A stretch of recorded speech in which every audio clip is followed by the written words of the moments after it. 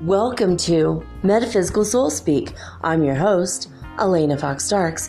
Hey guys, I hope that you are doing really well in this moment, and whenever and wherever you are, when you are listening to this recording, you are paying attention to all the time anomalies, as well as the electronic anomalies.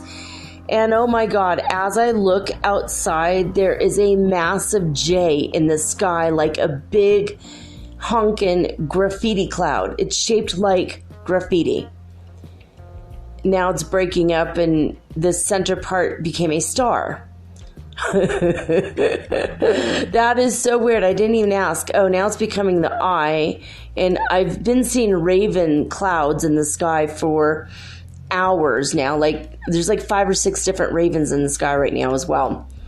Since I was visited by Odin, the Norse god. You guys, he's real. I had no idea. Last night, towards the end of my show about ravens, he appeared out of nowhere. Boom. I said his name, and within 5 minutes, he was here at my side. He gave me a blessing, and now I'm just like, oh my God, he's recognizing me as one of his own, kind of like Mama Wata did, the deity that takes care of dolphins and crocodiles, and she's a mermaid. Anyway, I looked up and there it was, and now it's gone. It's just like completely, it's just gone. What a trip. Oh, now here's a silhouette of a dark raven flying. Looks just like a tattoo design I was looking at earlier. Unbelievably cool. Unbelievably cool. Well, all right, guys.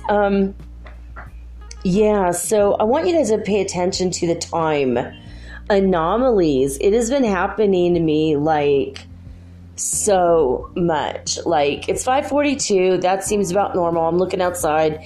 Everything's normal. The sky is an extremely pale blue. Gorgeous, gorgeous. If you want to see a phoenix rising in 2 different places that happened recently, followed by a massive storm above the Caribbean and above like Trinidad and Tobago area, just north of Venezuela, and also in Brazil. Go to, oh goodness, now why am I forgetting his, Sky Watch Media. That's it, Sky Watch News. Sky Watch News on YouTube. Oh my gosh. Unbelievable. Unbelievably cool. I want you guys to go see this.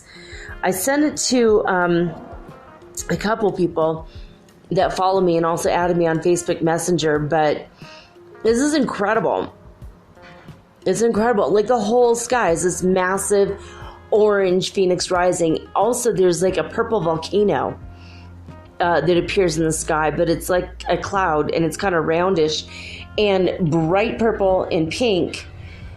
And it just looks like a cloud. I think it's an alien spacecraft, to be honest. There was a number of years ago, like 2 years ago, a purple extraterrestrial craft appeared in the sky while this crew was filming for a, I don't even know, something, TV show or news report, something like that in Lima, Peru. And it's like bright purple. It's the same color.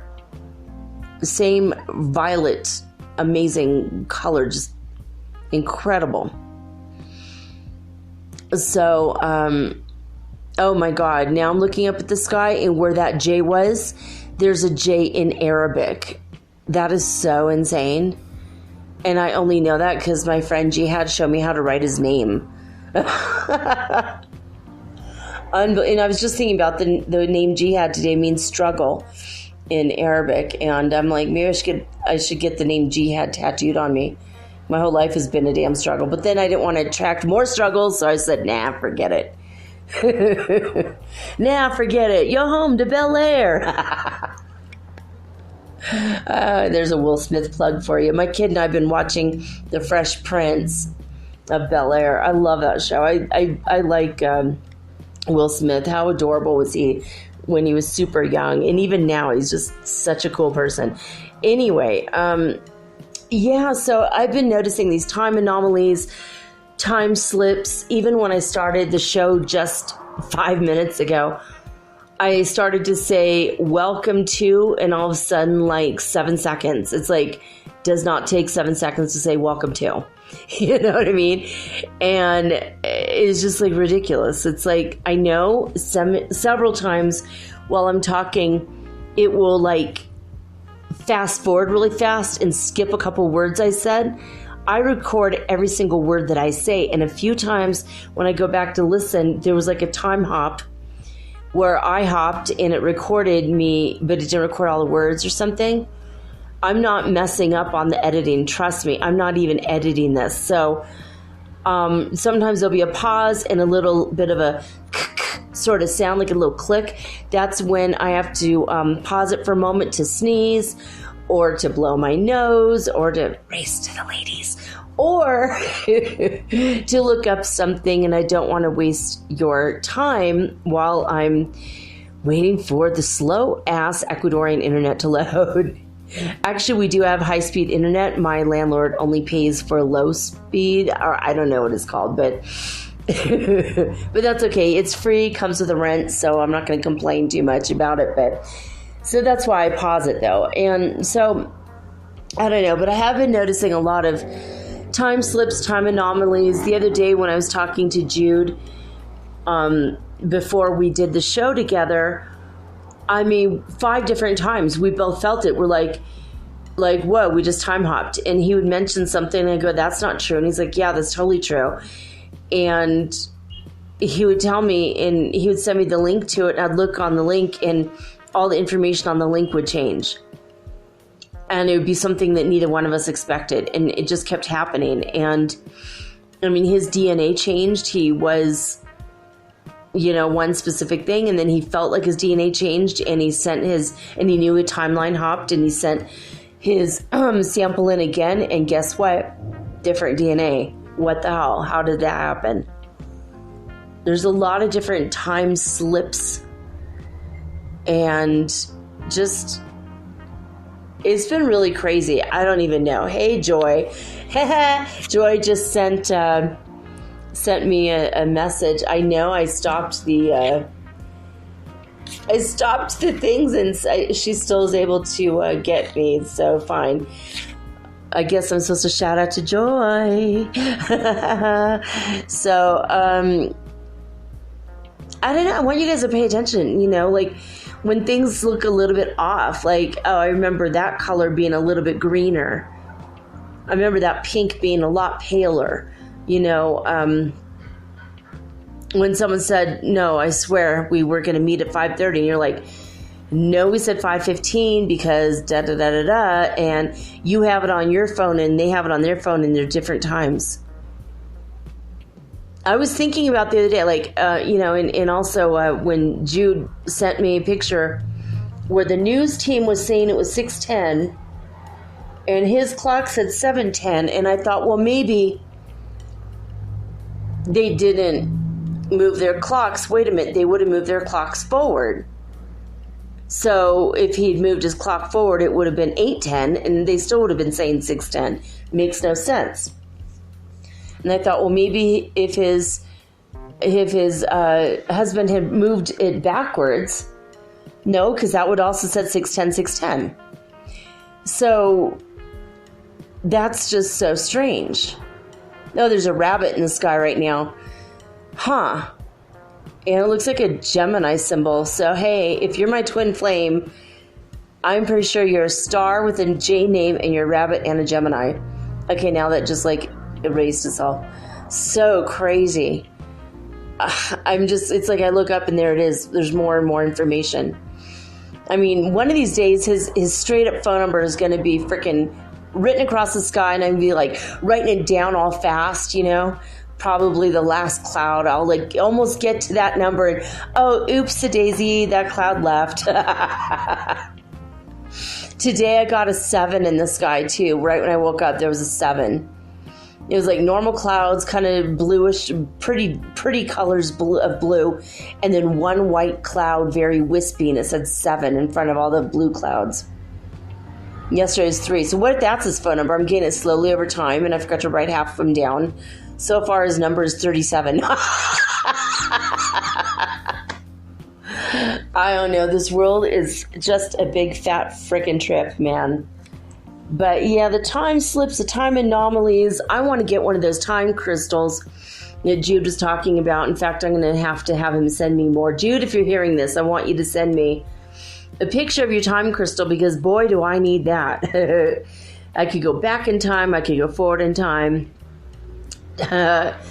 Oh my God. Crazy, crazy stuff.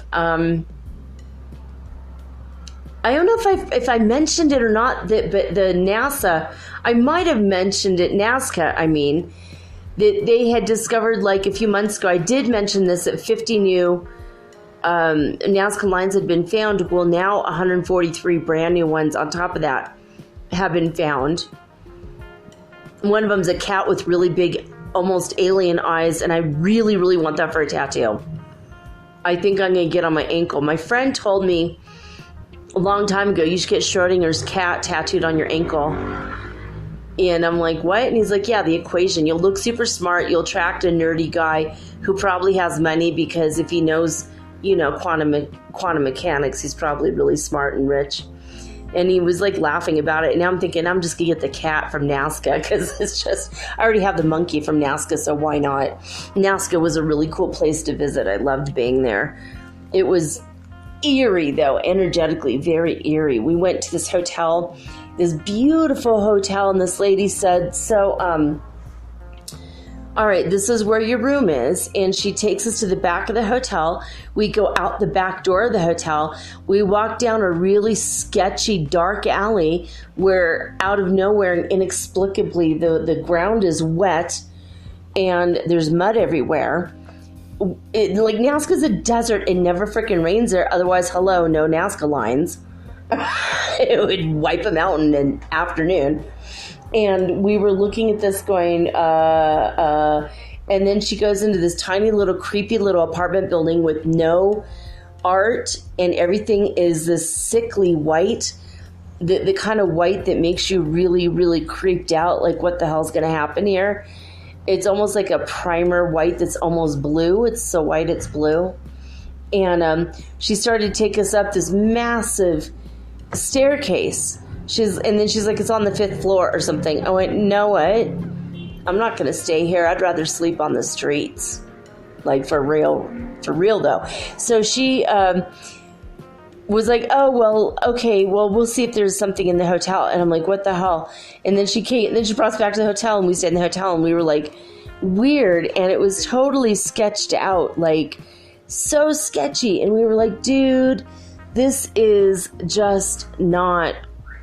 It was just weird. The energy in that place was weird. But once we got out to the airport and we flew over the lines and we saw the Nazca lines, we were like, whoa. And I swear to God, I saw that cat. I saw it. You know, a lot of them, I'm like, well, that looks like a line there. That looks like a line. And the guy's like, I don't know, maybe it is. We think there's a lot of undiscovered lines. You know, and we're like, okay, well, look, let's try to discover more. Well, what's that down there? But we were flying so fast that we would like start to see it, and then, oh, well, now we're past it. So, you know, but the astronaut was really cool. And now there's a brand new Nazca line that was discovered that was like an astronaut boy, and he had what looked like an astronaut animal, or like an animal, like a tentacled octopus with an astronaut helmet on. So if you guys haven't seen these, go to YouTube and just look up the new Nazca lines. They were just recently discovered by AI in Japan based on the Google images. I swear to God I mentioned it, but now I'm thinking maybe I didn't. And who the hell knows what timeline I was on when I thought I mentioned it, or maybe when I did mention it. So I'm mentioning it now twice because I thought about today and I was like, oh, I want to get that tattoo of the cat on my ankle. And if anyone asks me, I'll have to tell the Schrodinger's cat story. And then this is what it ended up being, though, because, hey. And my oldest had a really cool experience with psychedelics and came up with, well, what he believes to be an equation, if not the equation, that explains the theory of everything. So I might have to put that equation next to the cat. So there you go. Something else. Oh, UAMN TV. UAMN TV just released an incredible, like, hour and 40-minute video of Ray Hernandez speaking about, I'm going to tell you, this is the name of the actual video itself. UAMN, and then there's a space, and then TV is the name of the YouTube channel. Top scientists reveal UFOs, out-of-body experience, orbs, and telepathy is all one phenomena. And that includes NDEs, it includes everything. Everything that I've talked to you guys about as far as my experiences and what I have experienced, as well as channeling. You know, every week I'm channeling new beings. Odin popped in yesterday. You know, this guy's, his research team, they're like medical doctors. They are different, various scientists, you know, like with actual degrees. And he even talked to a guy that he worked for the DEA, I think he said. You know, people who worked in the government, and they're like having beings pop into their world like I am. Okay, and a lot of people are coming forward going, well, yeah, you know, I had an NDE, my Kundalini rose, I had a shamanistic experience, I took psychedelics, and now the ETs are calling me, they're talking to me. And they're believing that all of these things are happening as a result of something grander and bigger than just seeing a UFO. The ufologists don't want to touch the NDE people. The NDE people don't want to touch the ufologists. And this guy's saying, look, it's all interconnected. I mean, come on. Mitakuwe al Yasin, right? We all are one. In Lakech, I am another yourself. This is a grand experiment. We are in a great big freaking matrix.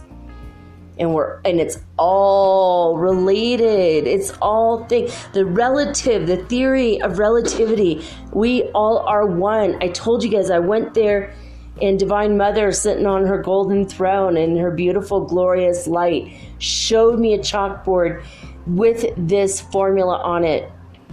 And I know the right side of the equation was equals 1. We all are one. That's the answer. I don't know the rest of the formula. I'll have to do more psychedelics someday. I have to go drop more acid anyway, because it's about time I do that. Maybe that will be my Christmas activity. With all the twinkly lights. Oh, it'll be so awesome. Anyway, right now I'm looking at a beautiful, glorious sky. I'm doing the show early so I could spend some time with my kid, and also get to bed early, because in a few days I am going to go to Cajas National Park with my son and a big group of people, and we're going to go and listen. We're going to first of all listen to a lecture about a lady who was out tooling around on her own in Cajas, and the great lady appeared, like the Lady of Fatima, Mother Mary, something like that, an apparition. So we're going to hear the story about that, and then we're going to go to the spot where it happened. I'll let you guys know if it happens to me then. And if not, I know where to go to, see if it will happen later. And I'm going to try to maybe possibly record a little bit while I'm there, walking in Cajas, walking among the paper trees. I know that sounds weird, but I think I'll let you know what that means. If the bark looks like paper or the leaves look like paper, I don't know. I don't know what's happening. But I'm excited. My son and I are going to go, but we have to be there at 9:30 in the morning. Oh my God. That for me is like an alien abduction experience because that's in the middle of my fucking night. I mean, I'm in bed by 5 a.m. So that literally is in the middle of my night.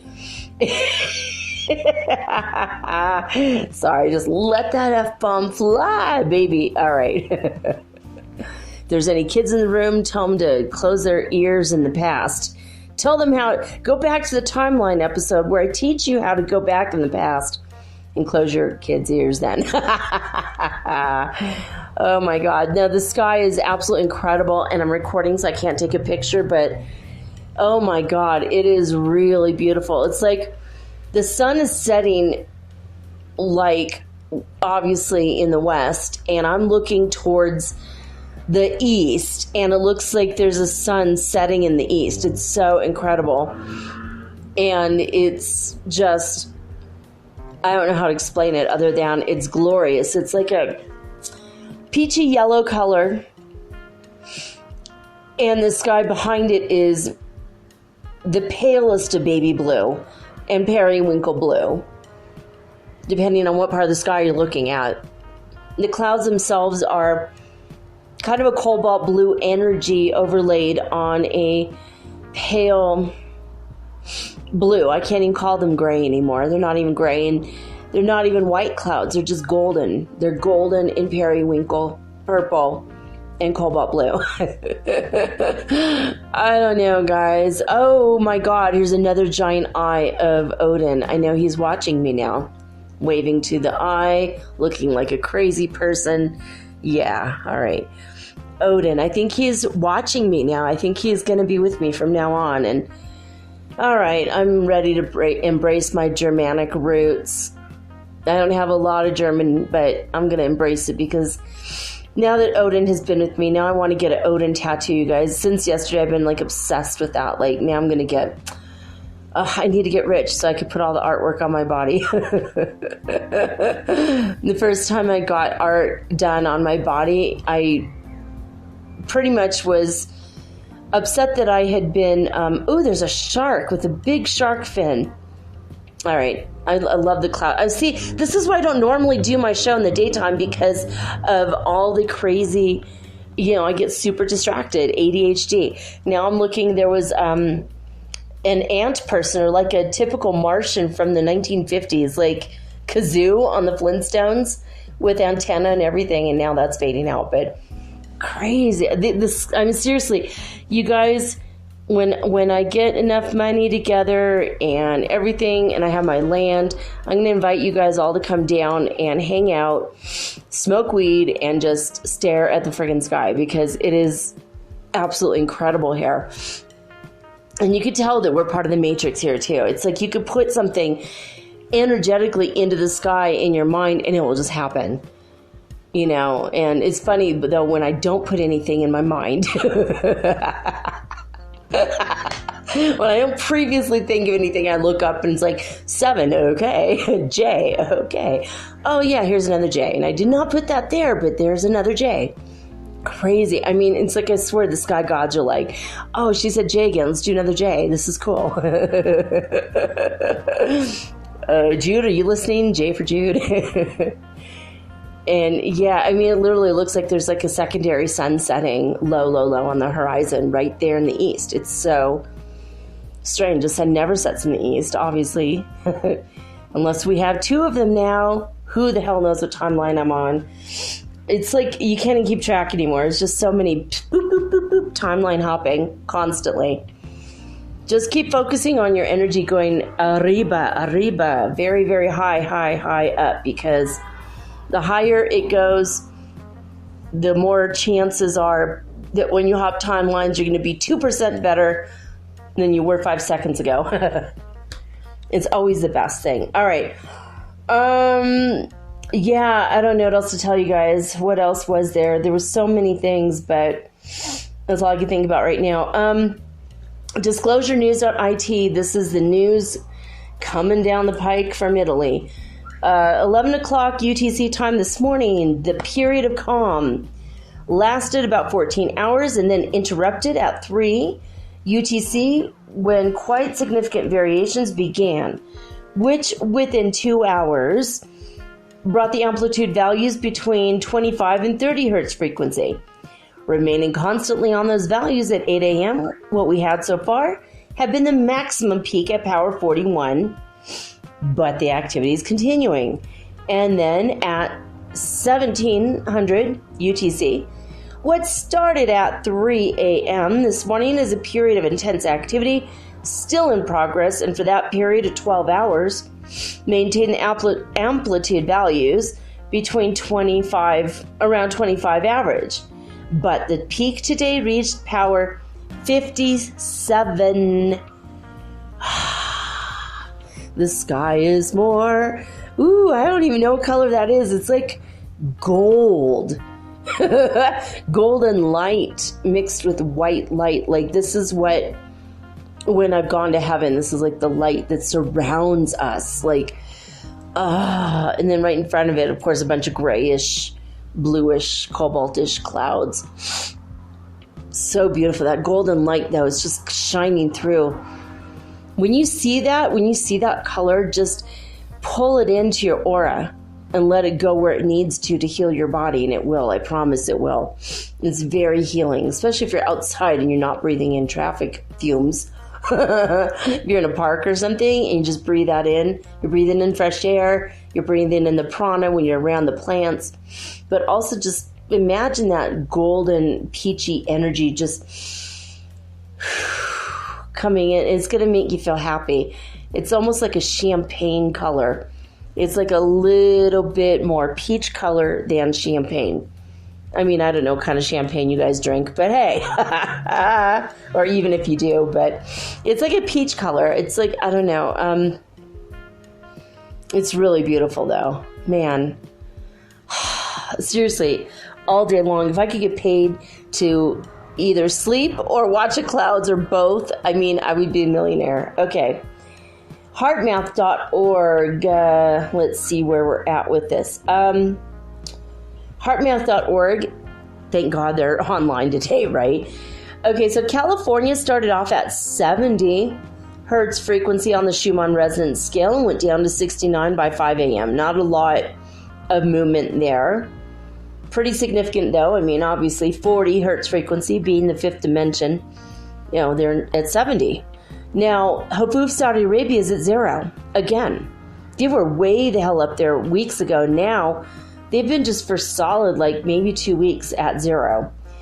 All the way across from midnight to 5, just straight for weeks and days. Hafuf has been at 0. Now, Lithuania started off at midnight at 140 Hertz frequency, and they went down to 129 Hertz frequency at 5 a.m. And let's see where we're at. Alberta, Canada started off at 99 Hertz frequency at midnight and just went down to 98. Not a whole lot of movement there either. More than double what it takes to be in the fifth, and we're all anchored in the fifth by now anyway. Now, Northland, New Zealand started off at 103, and they went down to 91. So that's where they're at. Now, always the winner lately has been Hulului, South Africa. That's super fun. Can you guys say that? Hulului. Oh my God. The sky is more and more beautiful. It's like I keep looking up and it's like, this is why I do the show at night, because it's such a distraction. Okay. Bright, shiny objects. Okay, so let's see. At midnight, Hulului, South Africa started off at 381 Hertz frequency.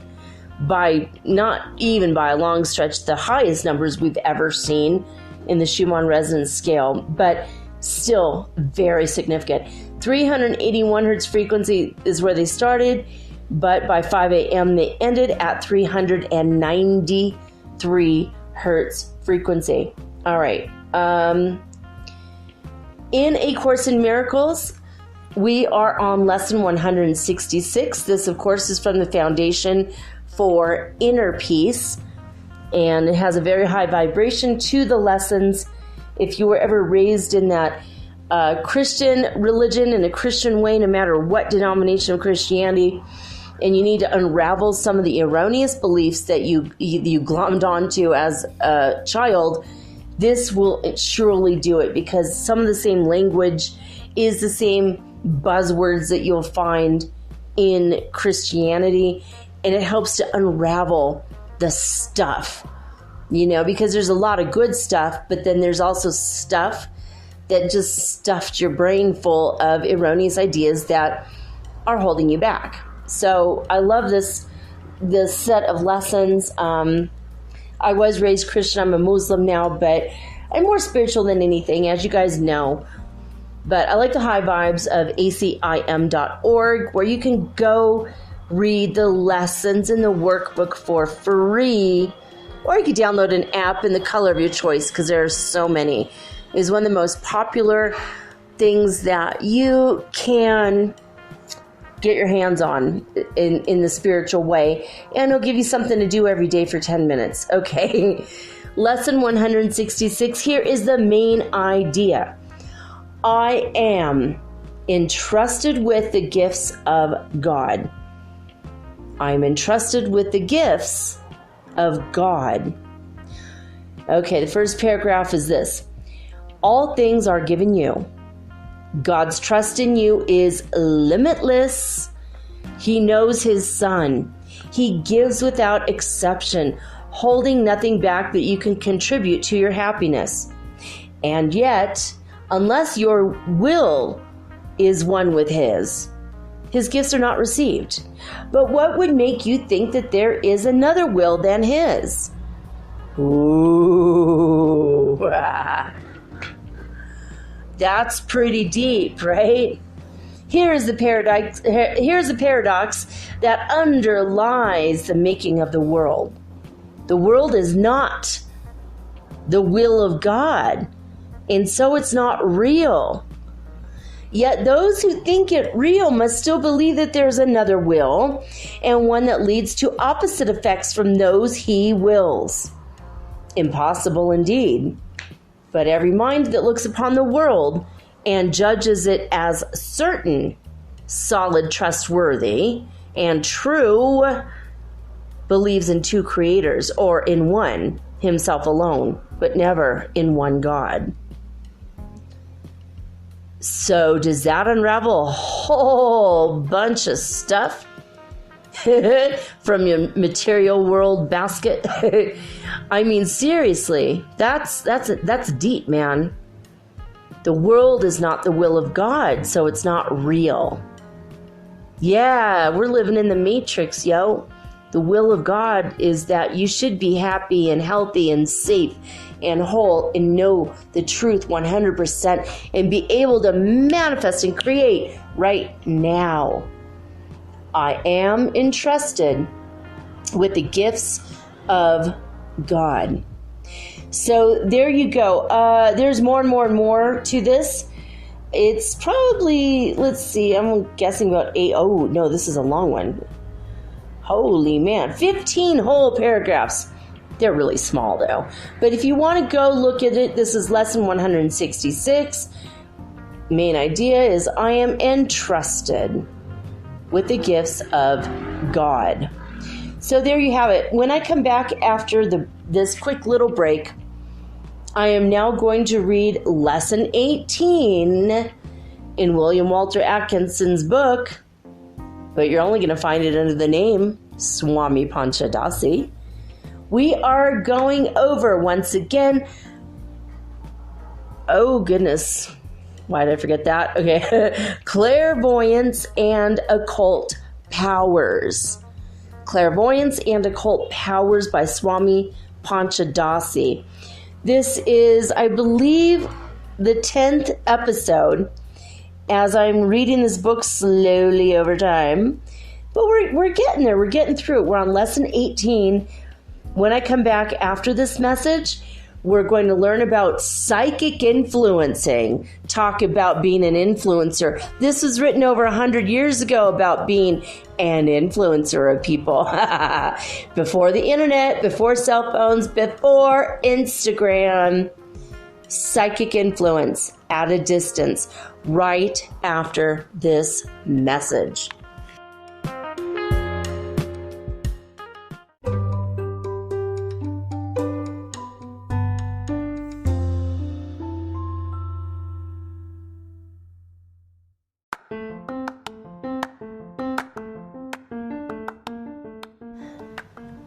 If you haven't heard about Anchor, it's high time you did. It is the absolute easiest way to make a podcast. First of all, it's absolutely free. Second of all, they have creation tools that allow you to record and edit your podcast right from your phone or your computer. You guys have known that I've been doing this for 8 months using the Anchor.fm app right on my cell phone, and I have done it everywhere, right? I have recorded this in my living room, my bedroom, little cafes in Quito, Ecuador, all over Cuenca. It's so absolutely easy to make your podcast, and editing is just a snap. Anchor also will distribute your podcast for you, and it took me about 2.5 months to become syndicated, and now I'm available on Spotify, Apple Podcast, and many more, and so can you. You can make money from your podcast also, and there's no minimum requirement. You get paid from your very first listener. It is everything that you need to make a podcast all in one place. So please, if you are interested in making a podcast of your very own, do not hesitate to start with Anchor. Download the free Anchor app or go to anchor.fm to get started today.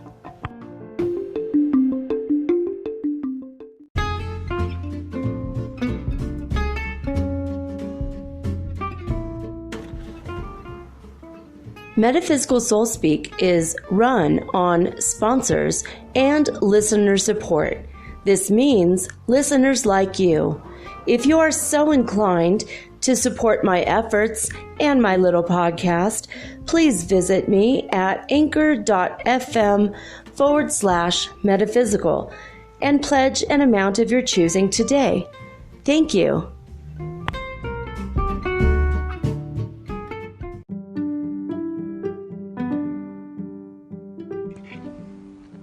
All right, guys, I am here with Clairvoyance and Occult Powers by Swami Panchadasi. If you would like to read any of the ancient books in the spirituality category, metaphysics, or any of the old original classics like Moby Dick or anything like that, you can read them all online for free at Gutenberg.org. They do have a little advertisement asking if you want to donate a little bit, and in time I think I will donate to them because I love their resource. It's amazing. They are trying to historically preserve all books. All books. So without further ado, Clairvoyance and Occult Powers by Swami Panchadasi, otherwise known as William Walker Atkinson. He was a lawyer, so he went by Swami Panchadasi, not to affect his other career in law. Anyway, we are on lesson 18 tonight, and we are going over psychic influence. Remember, we're talking about influencing people that are like right in front of you on the sidewalk or in the room with you. Now, this is psychic influence at a distance. The second phase of psychic influence is that called distant psychic influence, in which psychic induction is manifested when the persons are distant in space from one another, not in the presence of each other. Here, of course, we see the principle of telepathy involved in connection with the process of mental induction. And in some cases, even the astral telepathic sense is called into operation. The student who has followed my explanation and course of reasoning in the preceding lessons will readily perceive that the principle involved in this distant phase of psychic influence is precisely the same as that employed in direct personal psychic influence.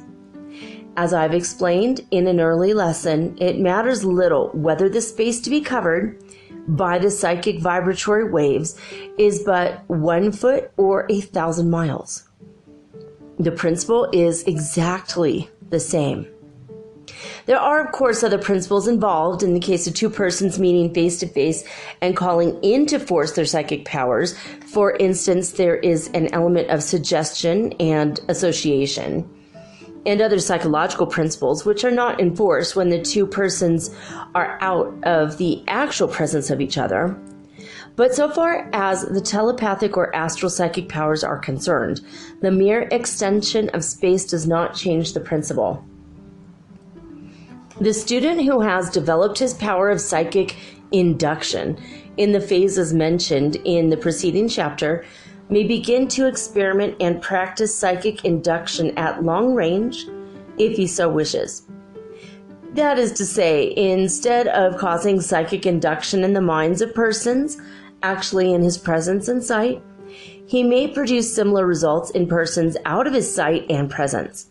The person may be brought into presence and psychic contact for all practical purposes by using the visualizing powers for the purpose of bringing him into the en rapport condition, or in rapport. That is to say, by using the imagination to bring into the mind a strong, clear picture of the other person, you may induce in an en rapport condition in which he will be practically in the same psychic relation to you as if he were actually before you. Of course, if he's sufficiently well informed regarding occult matters, he may shut you out by drawing a psychic circle around himself, which you cannot penetrate, or by surrounding himself with psychic armor or atmosphere, such as I have already mentioned in preceding lessons. But as he will not likely know anything of this, the average person may be reached in the manner just mentioned. Or again, you may establish en rapport conditions by psychometric methods by holding to your forehead an article which has been in the other person's possession for some time, an article worn by him, a piece of his hair, etc. Or, again, you may use a crystal to bring up his astral vision before you. Or, again, you may erect an astral tube, excuse me, such as I will mention a little further on in this chapter. Okay, looking forward to that, buddy. And thus establish a strong en rapport condition. Having established the en rapport condition with the other person, and having thus practically brought him into your presence, psychically speaking, you may proceed to send him commands or demands, just as you did in the phase of personal psychic influence previously mentioned. You act precisely as if the other person were present before you and state your commands or demands to him, just as you would were he seated or standing in your presence. This is the keynote of the whole thing. The rest is simply an elaboration and stating of details and methods, etc. With the correct principle once established, you may apply the same according to your own wishes and discretion. This phase of distant psychic influence is at the bottom of all the wonderful tales, stories, and legends of supernatural powers, witchcraft, sorcery, etc., with which the pages of history are filled. There's, of course, always to be found much distortion and exaggeration in these legends and tales, but they have truth at the bottom of them. In this connection, let me call your attention to a very important psychic principle involved. I have told you that by denying the power of any person over you, you practically neutralize his psychic power. The stronger, more positive your belief in your immunity and your denial of his power over you, the more do you rob him of any such power. The average person, not knowing this, is more or less passive to psychic influences of other persons and may be affected by them to a greater or lesser extent, depending upon the psychic development of the person seeking to influence him. At the extreme of the sensitive pole of psychic influence, we find those persons who believe firmly that the other person has power over them and who are more or less afraid of him.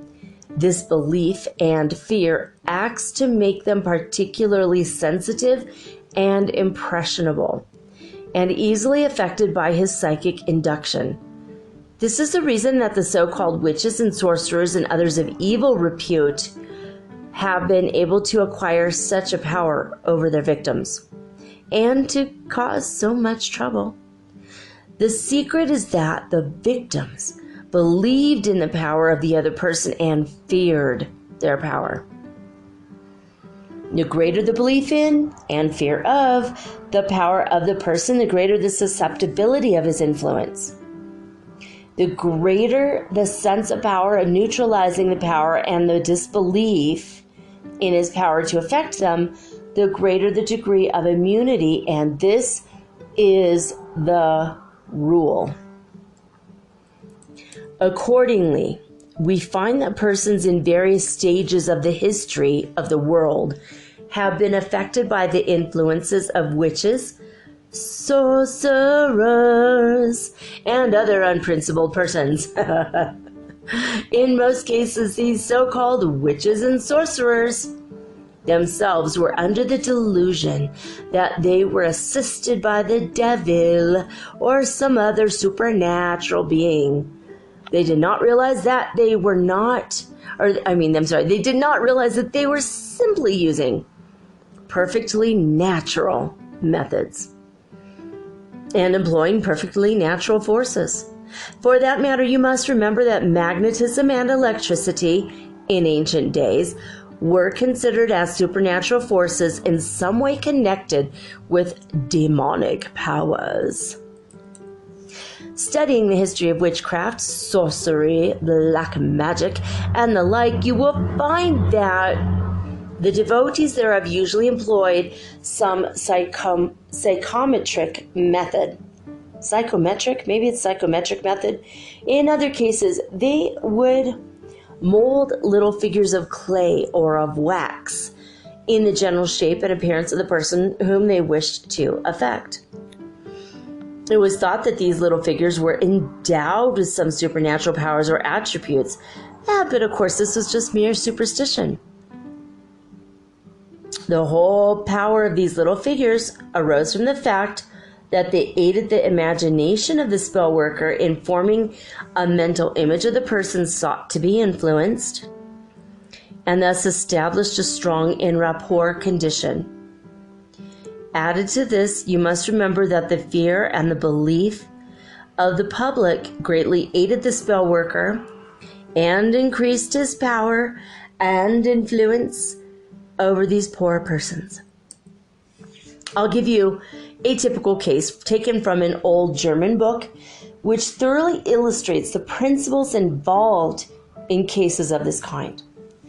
Understand this case and you will have the secret and working principle of them all.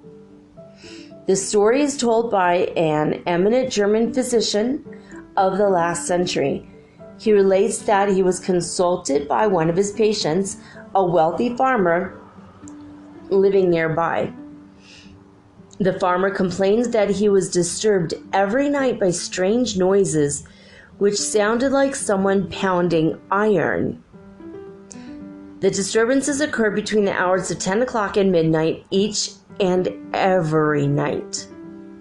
The physician asked him if he suspected anyone of causing strange trouble.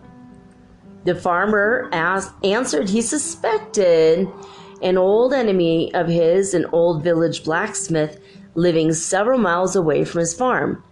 It appears that an old long-standing feud between them had broken out afresh, and that the blacksmith had made threats of employing his quote-unquote hex, or witchcraft, powers on the old farmer.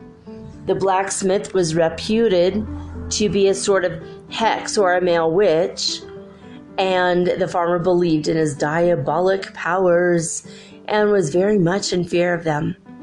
So you see, the ideal condition for psychic receptivity was definitely present. The physician called upon the blacksmith, taking him by surprise, gazing sternly into his eyes, and asked him, "What do you do every night between 10 and 12 o'clock?" The blacksmith, frightened and disturbed, stammered out, "I hammer a bar of iron every night at that time, and all the while I think intently of a bad neighbor of mine who once cheated me out of some money, and I will at the same time that the noise will disturb his rest until he pays me back my money to get his peace and quiet back." The physician bade him to desist from his evil practices under threats of dire punishment, and then went to the farmer and made him straighten out the financial dispute between the two, and thereafter there was no more trouble. So you see, in this case, all the necessary elements were present. First, there was a belief in the blacksmith and his own powers. This gave him self-confidence and psychic power. Then there was a belief in fear on the part of the farmer.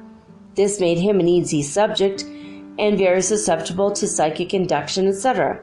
Then there was the action of the blacksmith beating the iron. This gave force and clearness to the visualization of the idea he wished to induce in the mind of the other.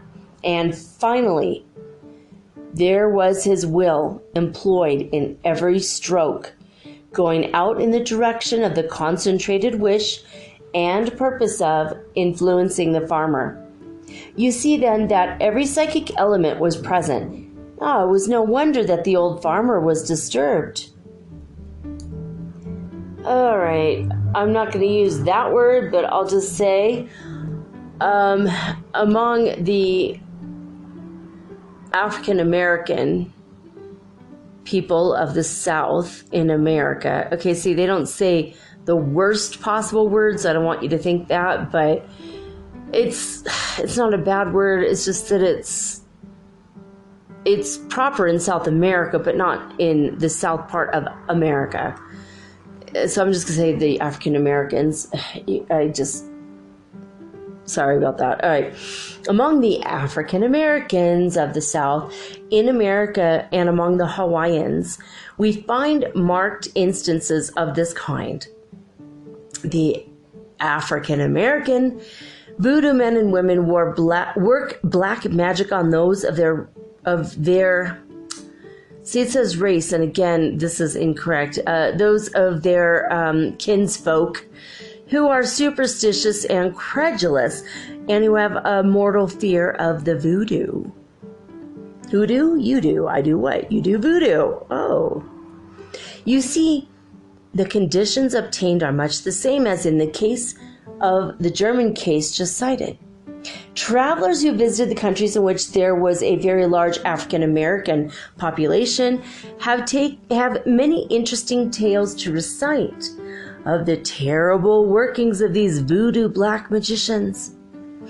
In some cases, sickness and even death is the result. But mark you this, it is only those who believe in and fear the power of the voodoos that are affected. Now, in Hawaii, the kahunas, or Native magicians, are renowned for their power to cause sickness and death to those who have offended them, or to those who have offended some client of the kahuna, and who have hired the latter to prey the enemy to sickness or death. The poor ignorant Hawaiians, believing implicitly in the power of the kahunas and being in deadly fear of them, were very susceptible to their psychic influence. Now, naturally, they can easily fall victims unless they buy of the kahuna and make peace with the client.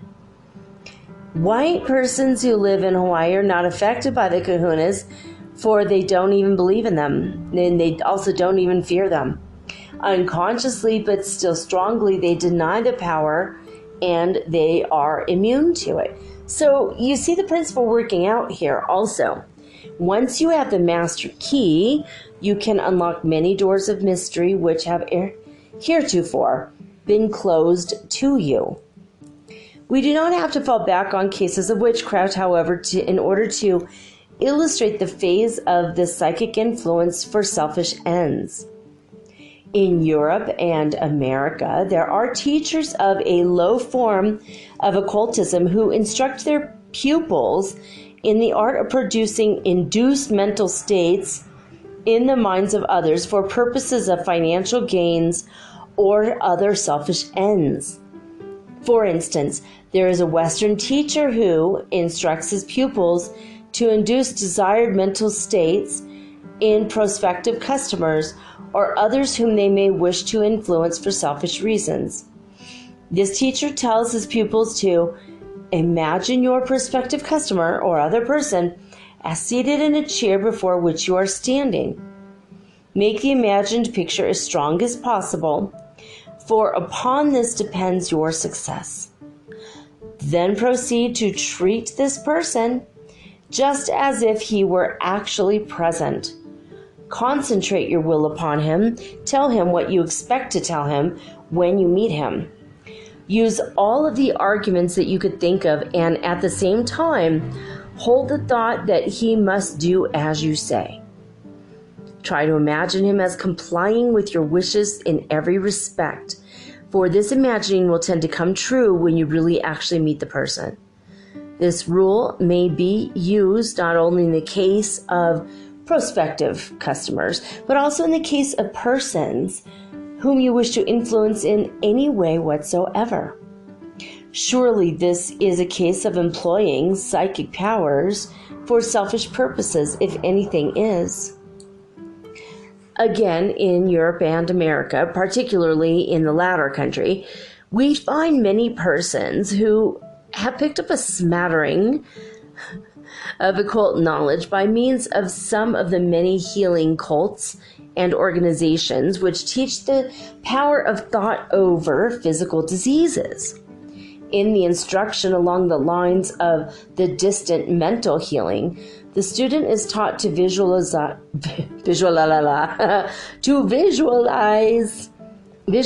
patient as strongly and clearly as possible, and to then proceed to make statements of health and strength.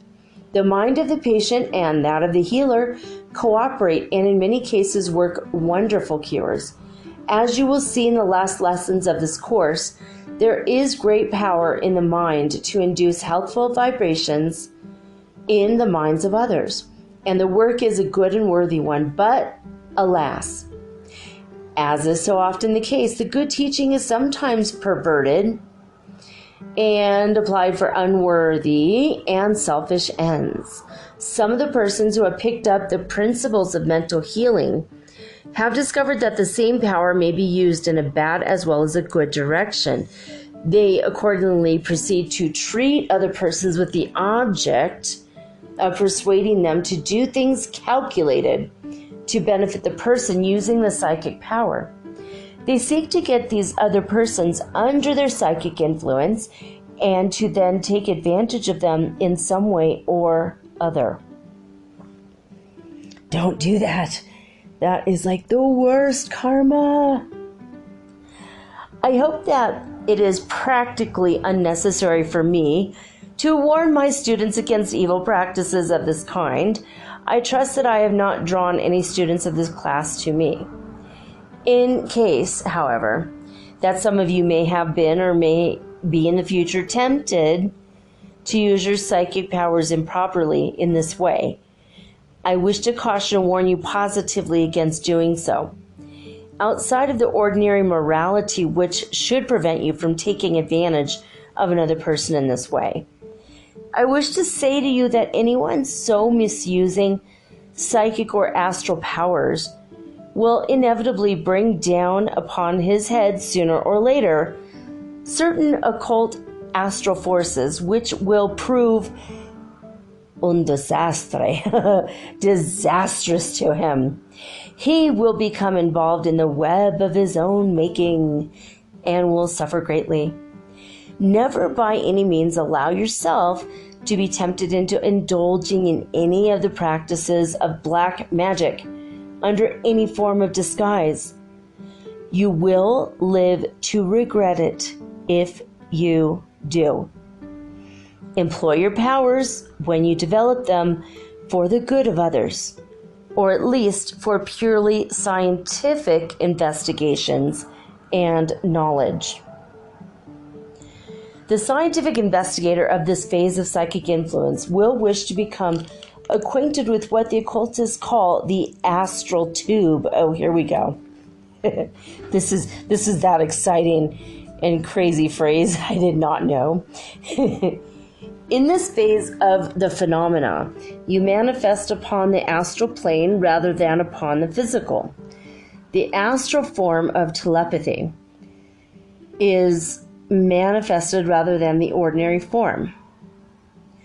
While there are a number of technical points involved in the production of the astral tube, I shall endeavor to instruct you regarding its creation and use in as plain words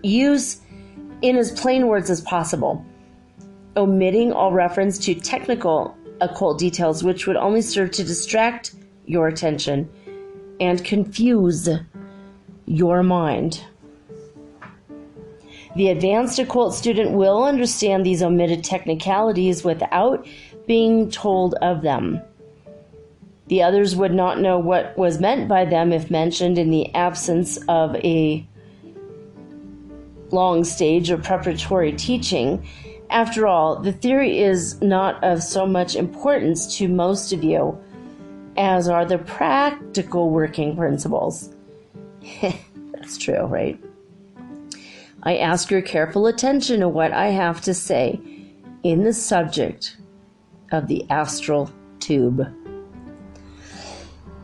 All right, this is like so exciting, guys. I'm like on my bed and yet still somehow on the edge of my seat. All right, I had to change arms. I was getting tired. The astral tube is formed by the person forming in his imagination, or i.e. on the astral plane by means of his imagination or visualizing powers, a tube or a small tunnel between himself and the person whom he wishes to influence. He starts by picturing it in his mind a whirling vortex. Whirling vortex.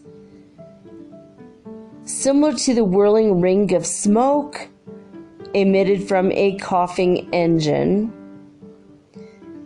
and sometimes by man smoking a big ass cigar.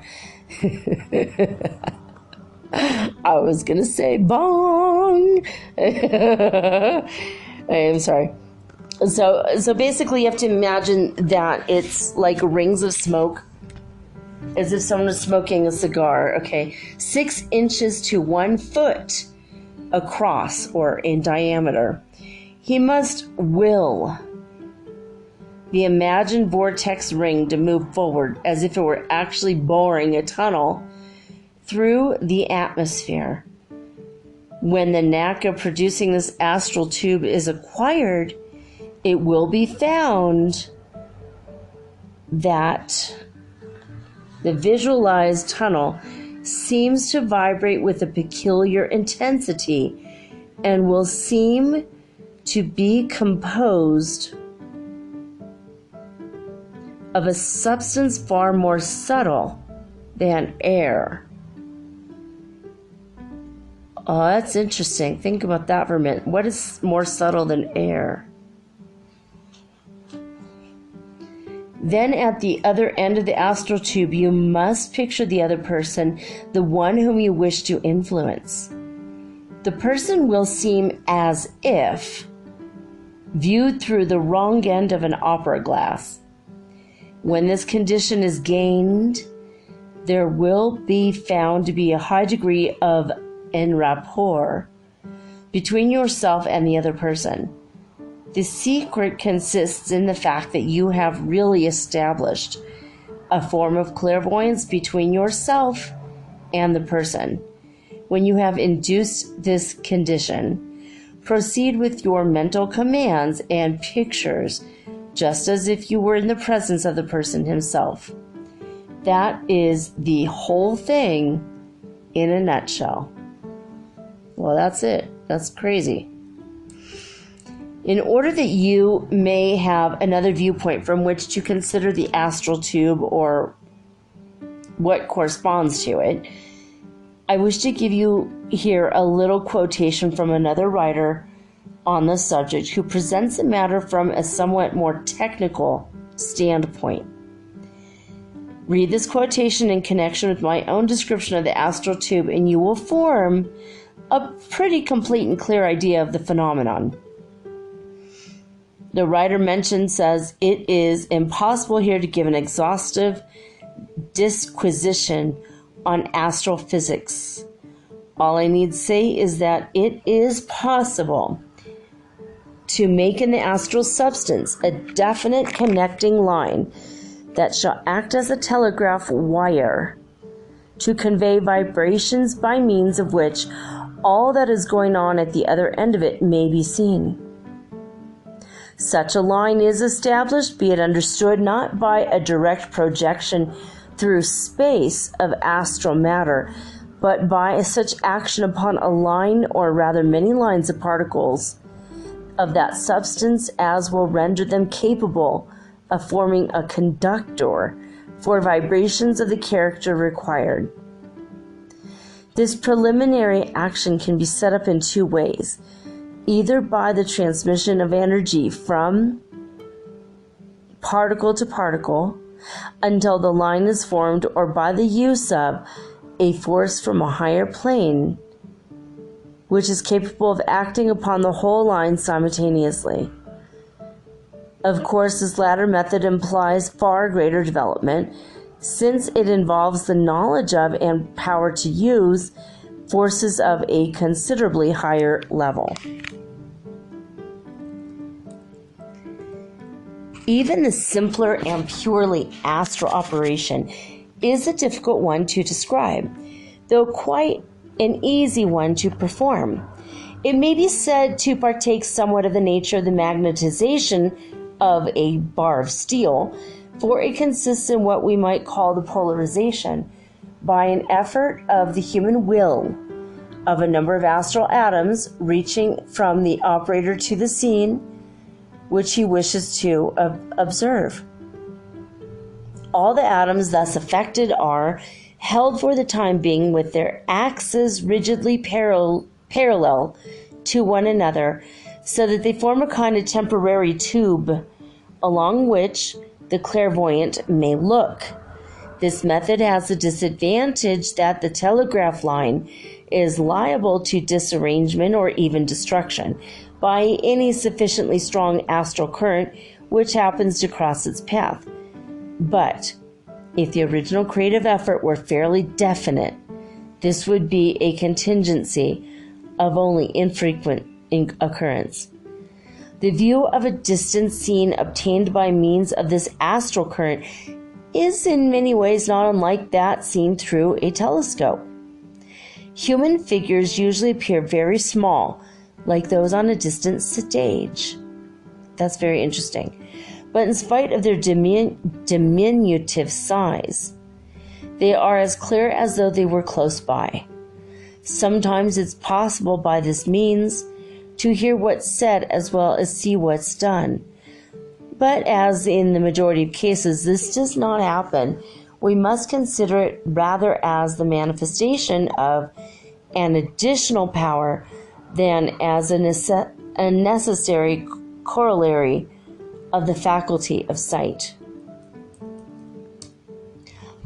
I would feel that I had not done my whole duty to the student or reader of this book were I to conclude this chapter without pointing out a means of protection against the use of this phase of psychic influence against them on the part of some unscrupulous person, or for that matter, against the meddling influence of any person whatsoever for any purpose whatsoever without one's permission and consent. Therefore, I wish now to point out the general principles of self-protection or defense against this class of psychic influence. In the first place, you must, of course, refuse to admit to your mind any feeling of fear regarding the influence of other persons, for that is the open door to their influence. And I've pointed out to you, if you have been or are fearful of any person's psychic influence, you must get to work and drive out that feeling by positive and vigorous denials. Sounds healthy. Just kidding. The denial, you remember, is the positive neutralizer of the psychic influence of another person, providing you make it in full belief of the truth. You must take the position, which is a true one, that you are immune to the psychic attack or influence. You should say mentally, I deny to any person the power to influence me psychically without my consent. I am positive to all such influences, and they are negative to me.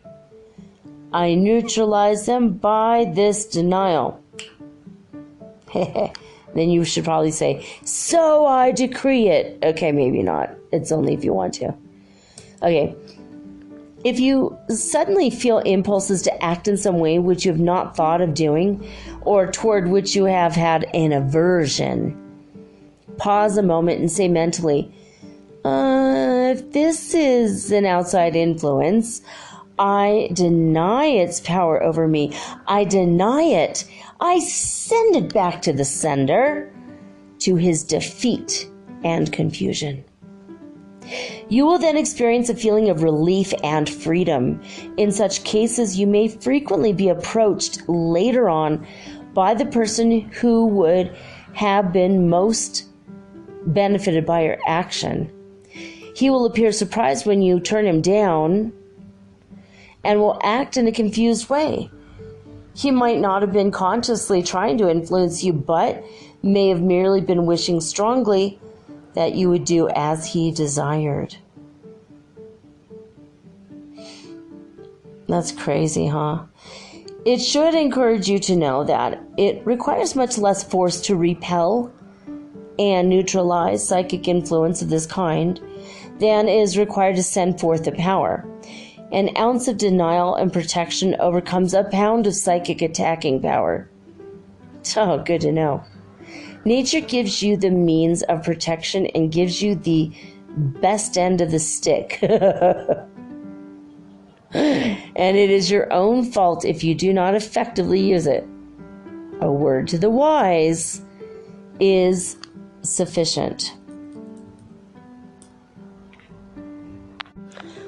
All right, so I'm going to go ahead and stop in this moment. We'll be back next week with lesson 19.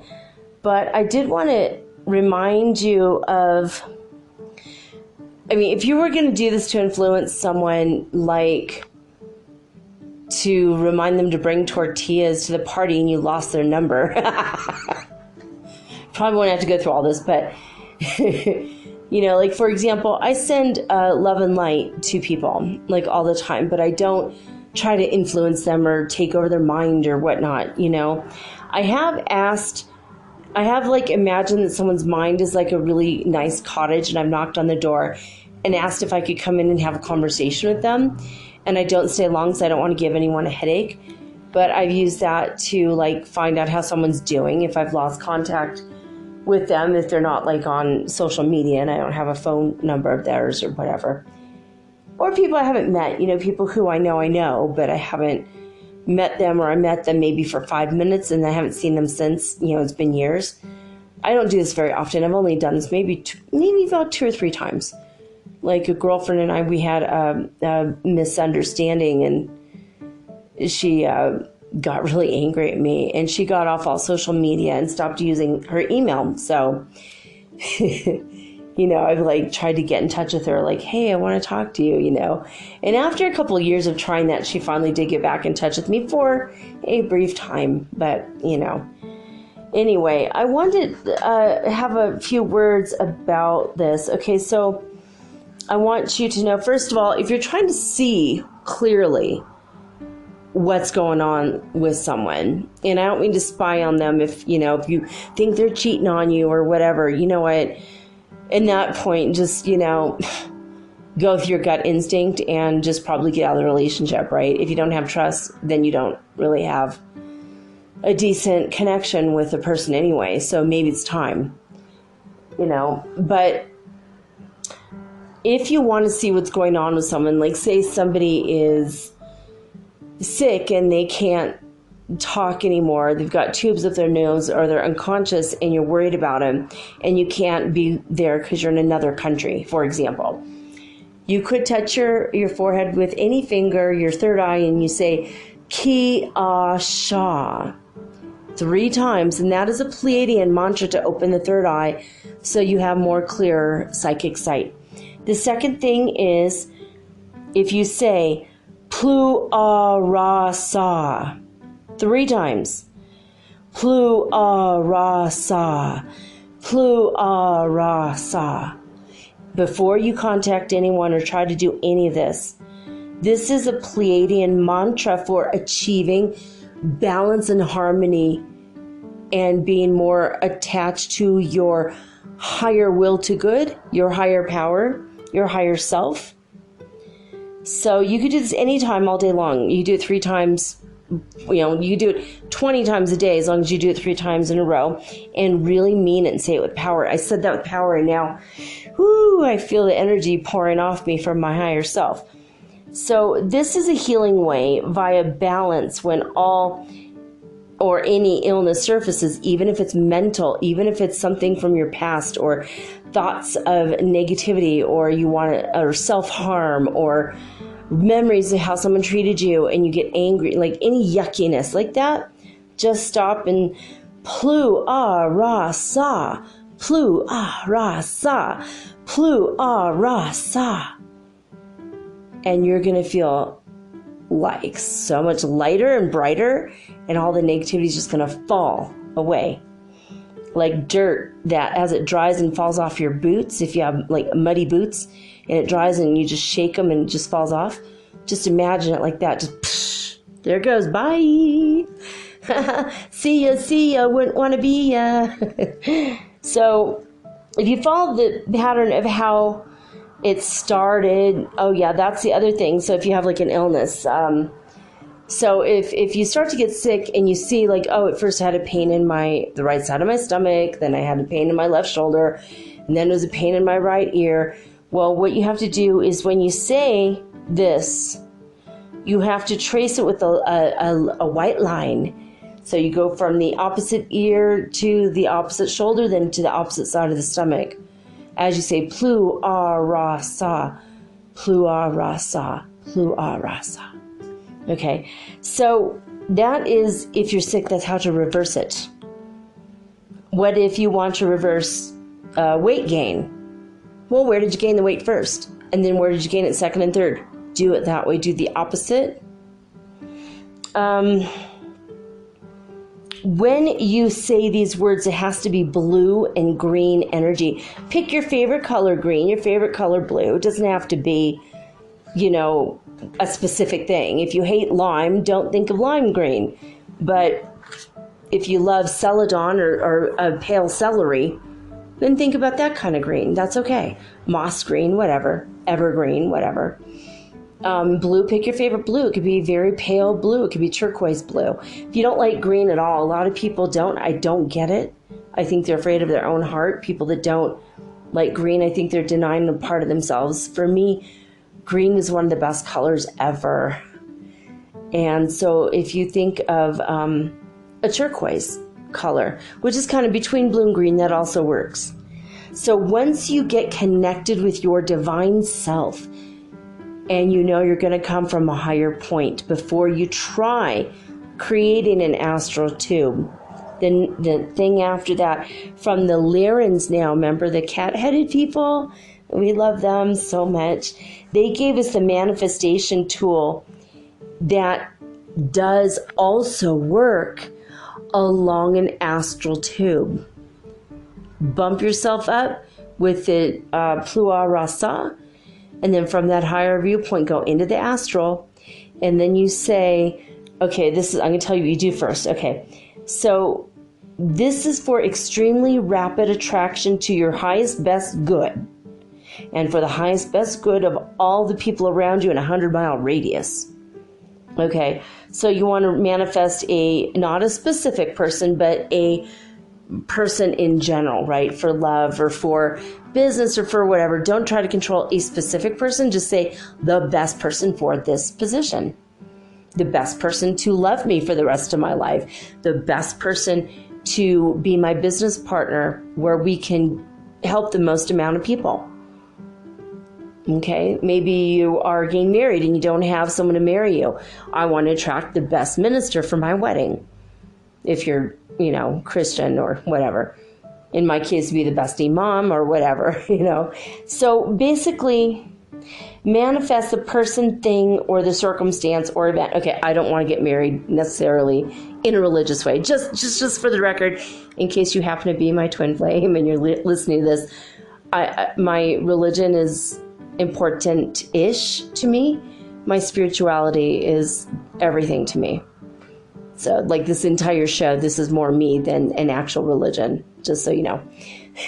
I'm a non-practicing Muslim right now.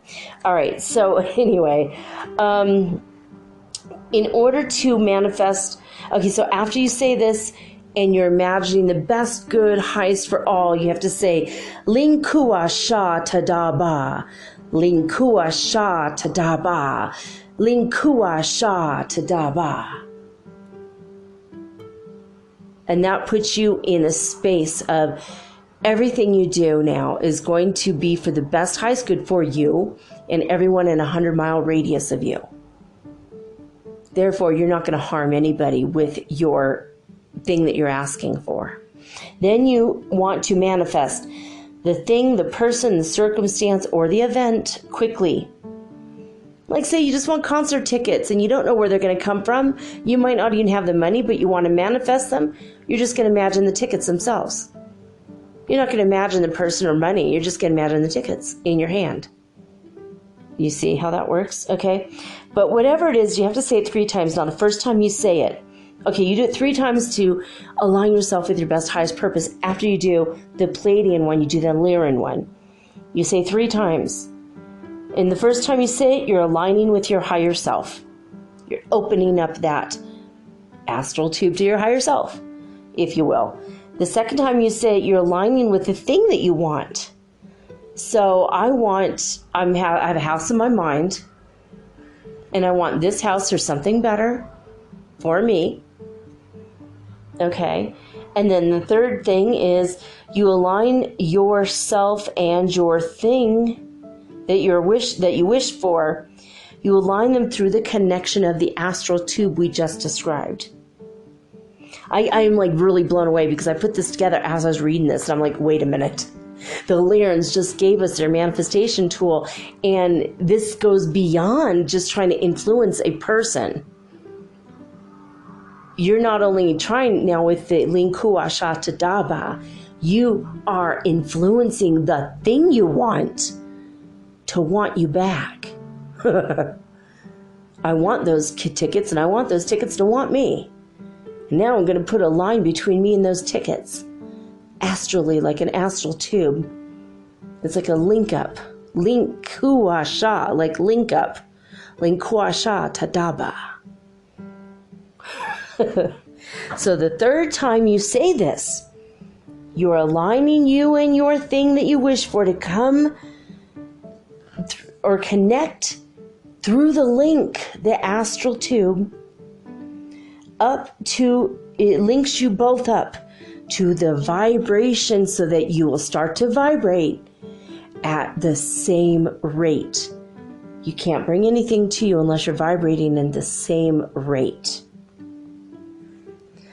So everything will always be realigned.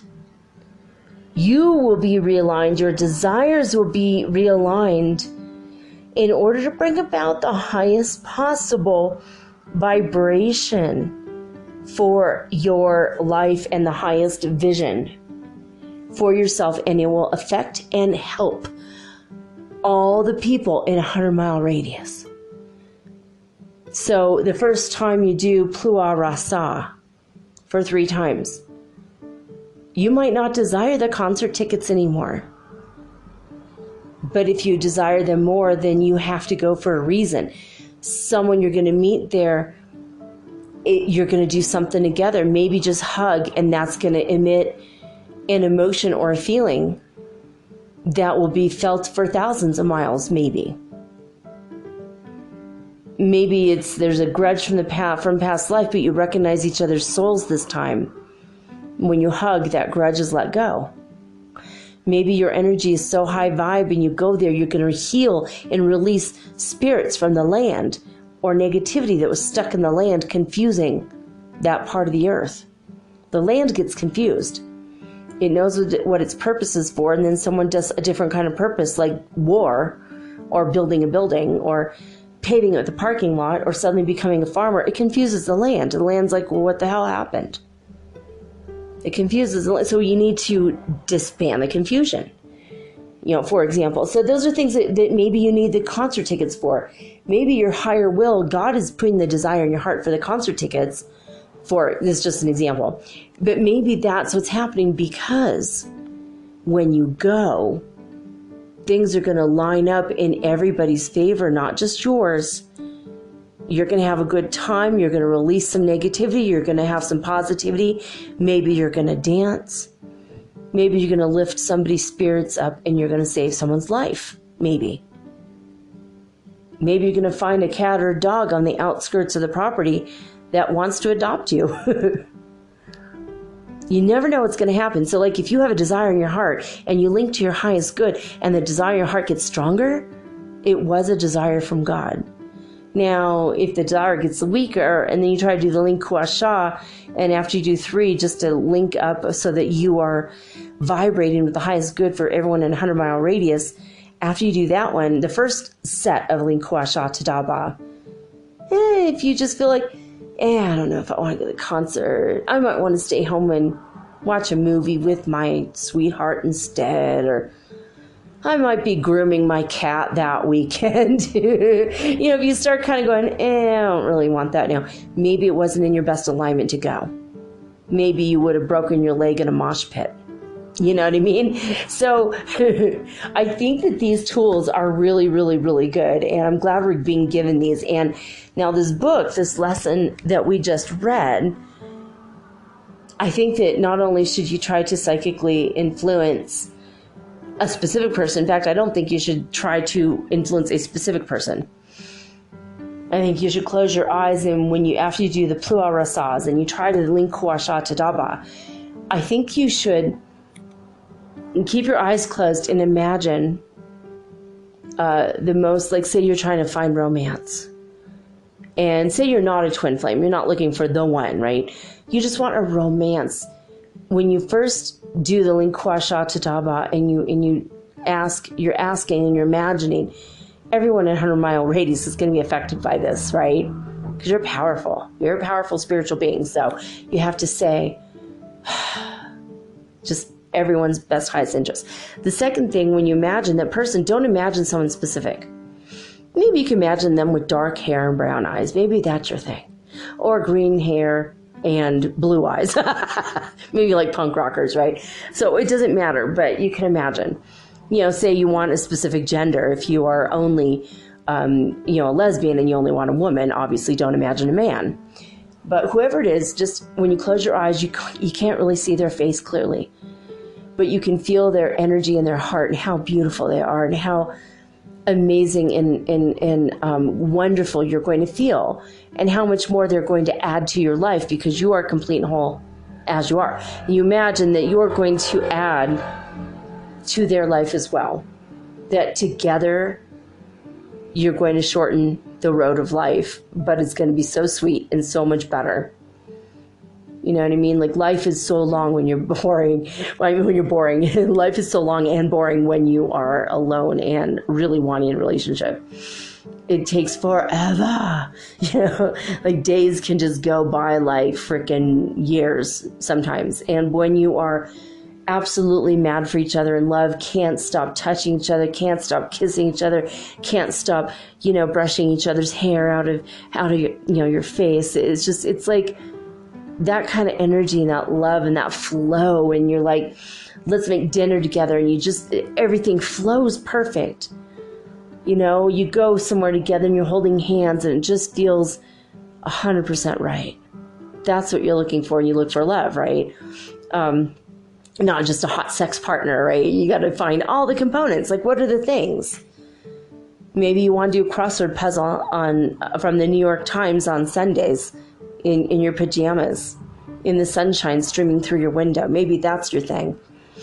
You have your grapefruit and your coffee and your oatmeal or whatever, and you're just going to be quiet together. Do the crossword puzzle. You each get your own paper, and you're each going to do that. Maybe that's your thing. Maybe you're going to be painting together every Saturday night with a glass of wine while listening to your best jazz music. I mean, for me, that's like a thing. So, I mean, that's like a fantasy world I want to be in, right? And so I imagine, like, not the person, but I might imagine that I see them out of the corner of my eye, and maybe he's wearing jeans, and maybe he's got a little bit of paint on his jeans, and we're so happy, and we're laughing and joking, and everything is so in sync and perfect, right?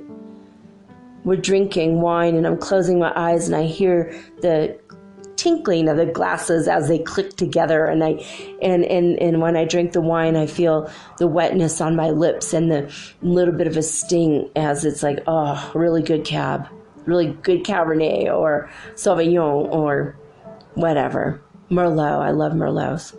So maybe that's how you do it. You don't like say, well, I want Billy Bo Jim Bob who lives down the lane, you know, because Billy Bo Jim Bob might be gay. He might be a psychopathic serial killer. You don't know.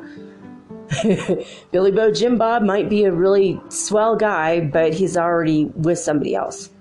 You know, so you can't like force your will upon another human being, and especially with a name or a look. But if you close your eyes and you imagine like the best person for you, right? So when you say Lin Kwa Sha Tadaba, first time you align with your higher self. Second time you say it, you're aligning with that thing you want, that or something better. The third time you say it, you align you and the thing together in that astral tube. And then everything vibrates. The tube, when the tube starts to vibrate, it starts to shorten. And the more it vibrates, the more it shortens, the faster and more rapid your manifestation. And I just put all this together right now after having read this lesson. That's why I'm telling you, Linkua Sha Tadaba, one more time. Woo! It's all coming together, and I love that we're getting this information from a wide variety of sources, interdimensional, multidimensional beings, as well as books from 102 years ago. I mean, am I right? Woohoo! I mean, psychic high five, guys. Boom. There it is. All right, that's it. I want to thank you guys for being on this wonderful ascension journey with me. Thank you for being a listener faithfully to the show. A lot of you are listening like to every single episode, and you're going back and listening, and I'm so glad. I'm glad you're getting a lot out of the show. I've gotten some really wonderful feedback recently, so I wanted to say thank you.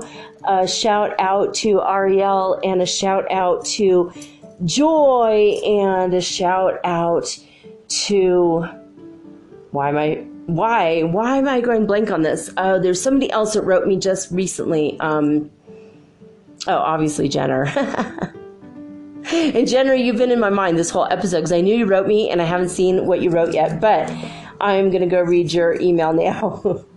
And I will be writing you back in a minute.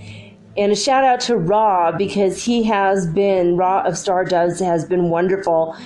And I did not get my advertisement to him on time, and he's still going to put it out instead of penalizing me the $50 because I paid in advance for a full year of advertisement. And if you came here through Raw of Stardust, I want to thank you for that.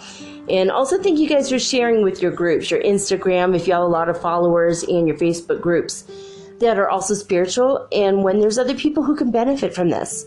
Some of you have started to share on your YouTube videos, so thank you. And a lot of you have shared on your podcasts as well. And if I haven't shouted out to your podcast yet, and you've shouted out to mine, let me know, because I will return the favor. All right, guys, that's it. I want you to send me your miracle stories about this time of the year, any kind of holiday miracle story, and especially if it revolves around Santa Claus, or is someone in your family, maybe your niece or nephew wrote a letter to the big fat man, the jolly old elf, and he delivered something that the child's parents said absolutely no to. That's a miracle to me. If you've ever seen Santa streaking across the sky and you felt an overwhelming sense of love and joy in your heart, I want to hear about it, and so do all the other listeners. Send those stories to metaphysicalsoulspeak@gmail.com. All right, guys, I will be back tomorrow with all unique and original programming.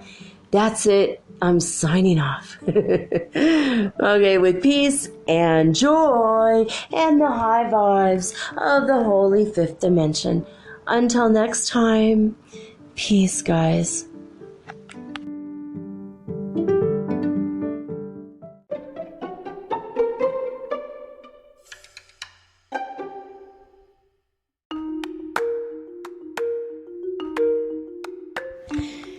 Do you ever wish you could look into the next chapter in your book of life and see what's coming next? What does the universe have in store for you? I can help you with that. I will give you a Celtic cross reading, which is 10 cards, or you can ask me 3 questions, and I use 3 cards per question. So that's 9 cards, or I can channel your higher guidance, or maybe God directly for you. Maybe you want to talk to your dear departed Aunt Edna, because maybe you have a few questions and she was the smartest person you knew. If your deceased relatives are available, or your ascended masters, I can channel them for you personally. Let me have 1 hour to show you the future in your next chapter of your book of life. Readings are $75, and it takes me an hour to an hour and a half to complete. And for this price, you will also be hooked up to the healing grid around the planet for free, which means yours truly, me, I will be giving you Reiki 24 hours a day, 7 days a week for the rest of your life. All you have to do is let me know. metaphysicalsoulspeak@gmail.com, and we will explore your future together.